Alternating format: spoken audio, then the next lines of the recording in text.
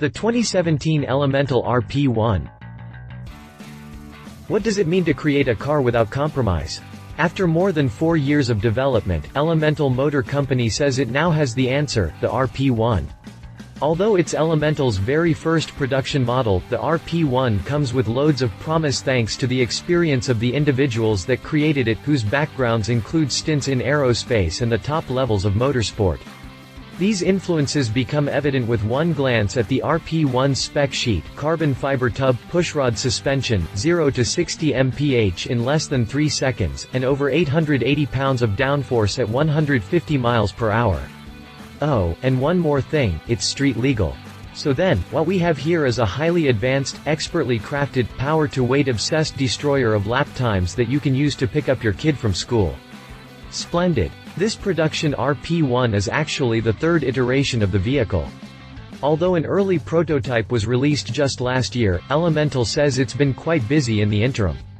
The collective sum of the adjustments we've made to make the production car amounts to a fundamental leap in terms of quality, driving dynamics, performance and safety over its forebear, said John Begley, Elemental's technical director and founder.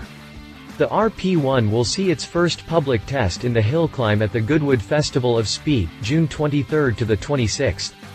But while it's sure to put on an impressive show, what makes this particular British-made track special? Well, special. Read on to find out. Continue reading to learn more about the 2017 Elemental Rp1. History and background.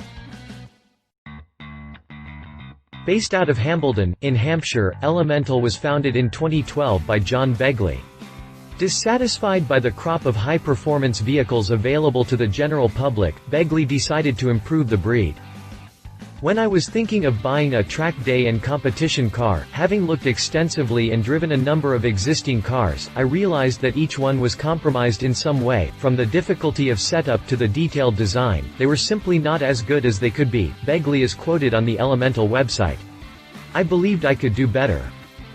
With a resume that included design work for race-winning touring cars, the McLaren Mercedes SLR, the McLaren 12C, the McLaren P1, and the McLaren Formula One team, Begley certainly had the know-how to do exactly that. But he couldn't do it alone, so he assembled a team that included talent from Porsche, AMG, Pininfarina, Lotus, Airbus, Eaton Aerospace, and others, and set the benchmark at creating the ultimate four-wheeled physics breaker. Thus, Elemental Motor Company was born. Exterior. At first blush, the Rp1 looks like it was styled by an algorithm. We've seen the look before. The front end, for example, is vaguely reminiscent of the Gumpert Apollo N, and I don't mean that as a compliment. Things get a little better as you move to the profile and rear, where the car gives a definite Lotus 311 vibe, but overall, the Rp1 won't be winning any awards for aesthetics. There are exposed composite sections intermingling with painted panels, all of which are made from carbon fiber and offer easy removal for maintenance and replacement. But that's okay, because anyone who buys a track car solely on the way it looks is doing it wrong. Either way, the Rp1's performance intentions are obvious from the off. There are exposed composite sections intermingling with painted panels, all of which are made from carbon fiber and offer easy removal for maintenance and replacement. A view from above reveals a carbon fiber spine running from front to back, while a single polished exhaust outlet is high and center on the tail.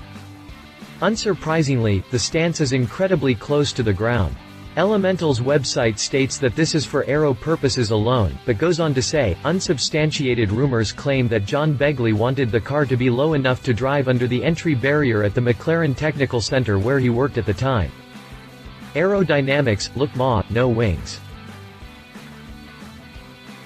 Possible impromptu test sessions aside, the Rp1 looks the way it does for one reason, and one reason only: grip. Ungodly amounts of grip. Designed using computational fluid dynamics software and tested in a wind tunnel, the Aero package seeks to maximize cornering speed without conceding straight-line acceleration. Basically, more downforce, but less drag. So how do you have your aerodynamic cake and eat it too? The answer lies at ground level. And because most Elemental customers won't have an F1 license, the underfloor and splitter are made from plywood, keeping repair costs down in the event of an off-road excursion. While most high-performance racers make downforce via gigantic wings stuck to the body, which consequently create enormous amounts of drag, the RP1 uses a flat underbody and two diffusers, one in front and one in the rear. Complemented by a sizable front splitter, this setup creates a low-pressure area underneath the car, effectively sucking the RP1 down towards the pavement and yielding incredible levels of downforce, minus the associated drag. And because most Elemental customers won't have an F1 license, the underfloor and splitter are made from plywood, keeping repair costs down in the event of an off-road excursion. But don't let the craft store material fool you, this is still one very serious package. The RP1 starts to create meaningful downforce at just 60 miles per hour, and by the time it hits 100 miles per hour, there's an extra 200 kilograms, 441 pounds, pushing down on the tires. Hit 150 miles per hour, and that figure doubles. And that's just in the standard road height settings. According to Elemental, even more downforce can be had with a proper track-focused setup. Exterior dimensions. Interior. Unsurprisingly, a session in the RP1's cockpit is a serious affair. Included is all the usual equipment. There's an LED multi-function display from Motec on the dash, plus a CAN data feed, a push-button starter, and a quick-release steering wheel with controls for the turn signals, horn, and headlights. A fixed steering wheel is available as well. Whatever isn't bare carbon fiber is trimmed in waterproof suede. Elemental says it'll offer a heated and laminated glass windshield as an available option. Thankfully, the RP1 also has a few basic amenities for the ride home, like a 12-volt power socket, a USB phone charger, and heated footwells. A wraparound windscreen keeps some of the bugs out of your teeth, and for those uninterested in pulling a full Jeremy Clarkson, Elemental says it'll offer a heated and laminated glass windshield as an available option. Hilariously, there's even 200 liters 7 cubic feet of storage in the rear, which is more cargo space than you get with the next-gen Mazda MX-5. Sitting pretty. The seats are made from carbon fiber, and come equipped with 6-point racing harnesses from Willans. However, the most notable feature of the RP1's interior has to be the feet-up seating position. Both driver and passenger recline at 30 degrees, much like in a Formula One car or World Endurance prototype. According to Mark Fowler, Elemental co-founder and bodywork and aerodynamics lead, this allows more space for the front diffuser, a critical component to the car's aero package. It also makes for a more intimate link between driver and machine. The seats are made from carbon fiber, and come equipped with 6-point racing harnesses from Willans. Adjustability was added for seat height, tilt, and front-to-back sliding. The pedal box is also adjustable, down to individual pedal placement. All this adjustability means the RP1 should have no problem accommodating drivers between 5 feet 0 inches and 6 feet 6 inches in height. Drivetrain. The RP1 uses a mid-mounted, longitudinal drivetrain layout. Early in development, the automaker considered using motorcycle engines for motivation, but ended up going with Fomoco's EcoBoost line for enhanced user-friendliness. Both powerplants get a Life Racing AQ and custom engine management, twin air-to-air intercoolers, and a custom steel exhaust. Starting things off is a turbocharged 1.0-liter 3-cylinder producing 180 horsepower, while the range topper gets a turbocharged 2.0-liter 4-cylinder producing 320 horsepower.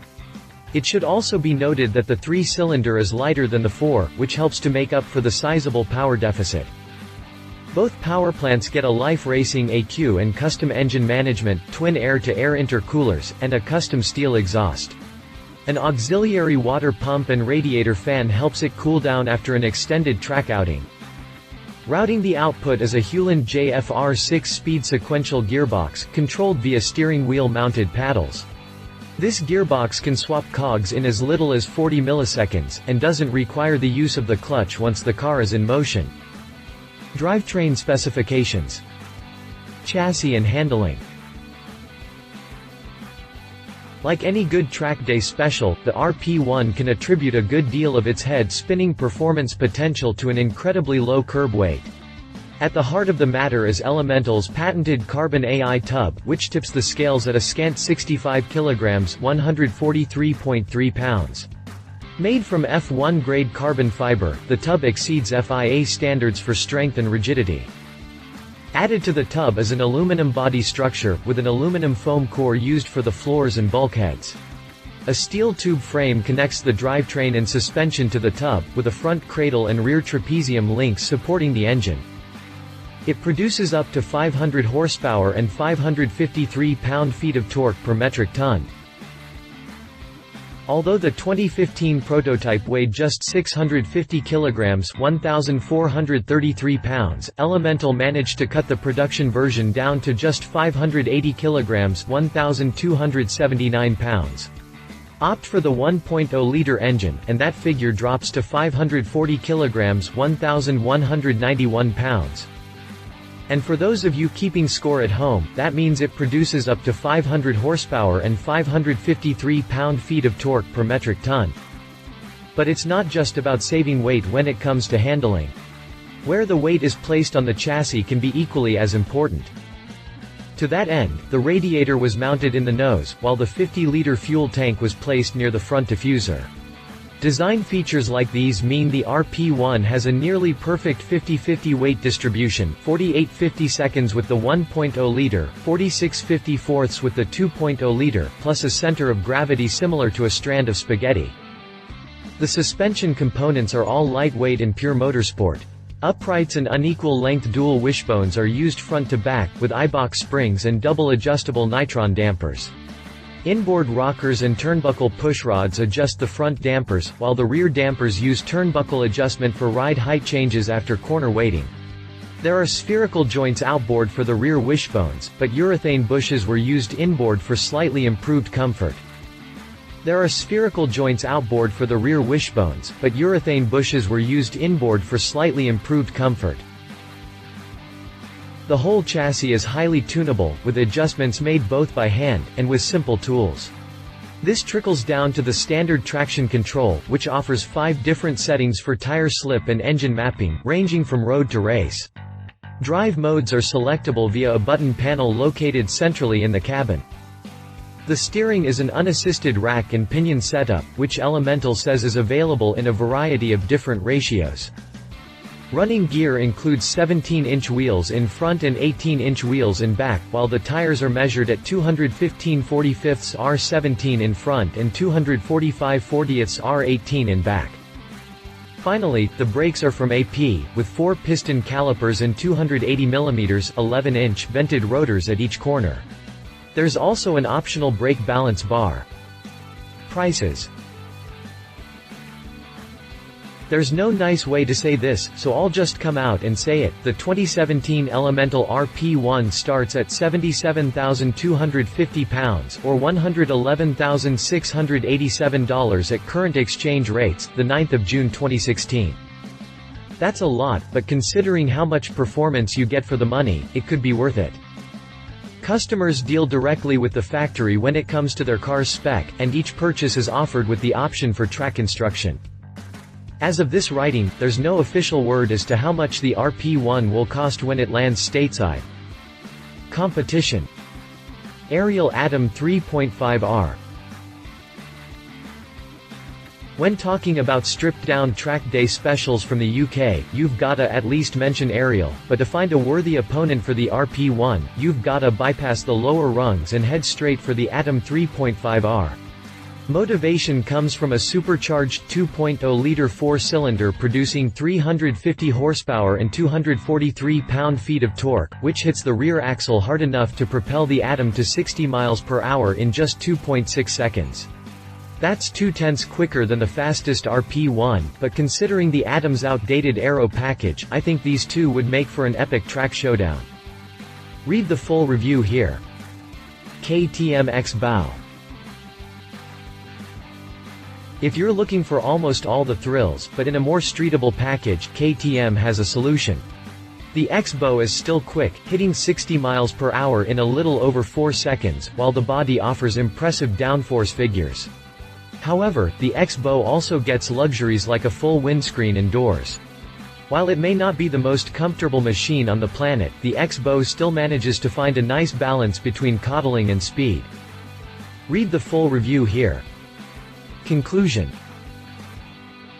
At first glance, this initial offering from Elemental may seem as though it errs a bit too much on the mental side of things. But take a step back, and it all makes perfect sense. To state the obvious, the Rp1 takes performance very, very seriously. But that's what happens when you get a bunch of race-winning engineers together and tell them to make something fast, then bolt on some headlights and a license plate. The Rp1 is motorsport unhinged from the rule back, with just a thin veneer of street legality applied on top. But why should you buy it over an Ariel, or a KTM, or a BAC, or a Radical, or a Caterham? The answer is simple: modernity. The Rp1 uses every trick short of rocket boosters to out-accelerate, out-brake, and most importantly, out-turn the competition. From the carbon tub, to the low-drag aero, to the adjustable traction control, the Rp1 is a finely honed tool meant for the creation of speed above all else, even all the way down to the inclined seating position. And that, my friends, is how you improve the breed. Love it. Cutting-edge aerodynamics, adjustable everything, surprisingly practical for the segment, insanely capable.